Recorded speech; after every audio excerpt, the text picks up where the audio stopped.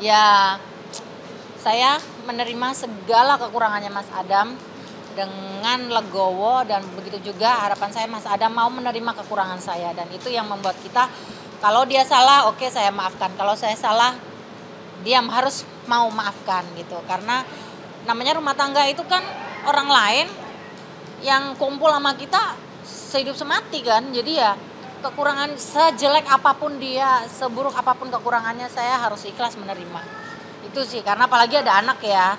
Jadi ya bismillah aja, mudah-mudahan anak saya nanti bisa meniru perilaku ibu bapaknya yang baik-baik, yang jelek-jelek jangan.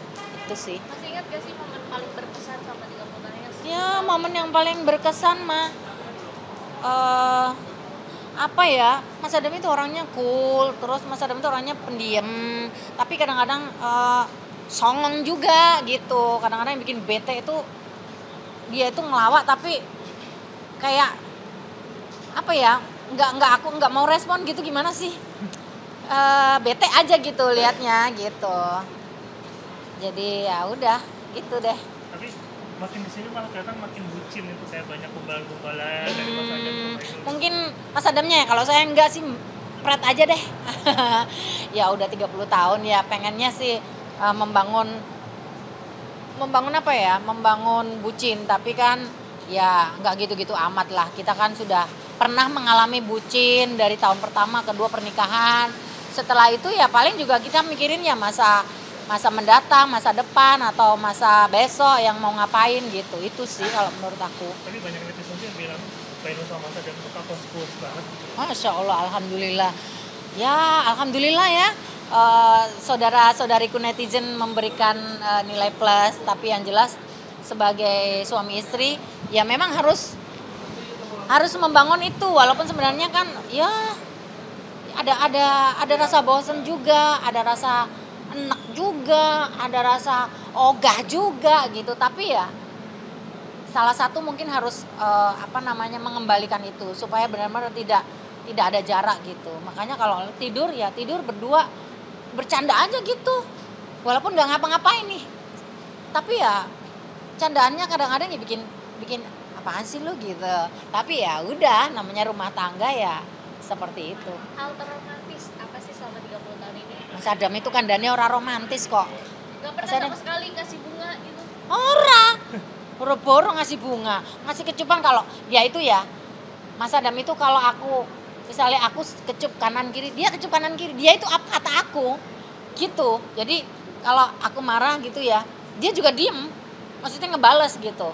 Tapi ketika aku romantis, dia ikut balas romantis gitu sih dia. Jadi nunggu kode dari aku sebenarnya gitu, takutnya akunya nggak berkenan gitu sih. Tapi tadi bilang bosen, terus kayak suka bete itu kadang kalau buat ngelampiasin gimana sih, menyendiri Tak tinggal masak. Kadang kalau dia ngelawak tuh ya, ngelawaknya udah over gitu ya. Karena aku juga bete banget ya, orang suruh ketawa terus kan capek gitu. Kadang-kadang tak tinggal pergi ke masak gitu, dia turun ke bawah, ngelucu di bawah. Kayak orang gila. Jadi, lu nggak ada anak, makin tua makin lebay. Jadi kadang-kadang gitu Mbak. Makanya sekarang itu ya udah tak bikinin TikTok aja, daripada kamu ngelucu sama aku. Kadang-kadang kan aku lagi bete apa gitu, dilucuin kadang-kadang tambah nggak. Iya apaan sih lu, orang lagi bete gitu. Tapi ya udahlah, namanya suami pengennya menghibur, ya udah. Kadang-kadang tak masakin, tak bikinin gue, kadang sadar, dari mana aja kamu sadar? Padahal dia itu bisa turun. Dia nanya, dari mana aja, aku di atas seharian, kok kamu nggak ke atas gitu? Di bawah masakin nih makanannya nih, pisang goreng gitu. Udah diem dia gitu. Jadi sebenarnya sih ya kita mah orang sudah 30 tahun lebih ya, ditambah pacarannya, ya udahlah. Sebenarnya sih ya gitu-gitu aja lah. Berarti bahasa cintanya bunda itu ini ya, masak ya?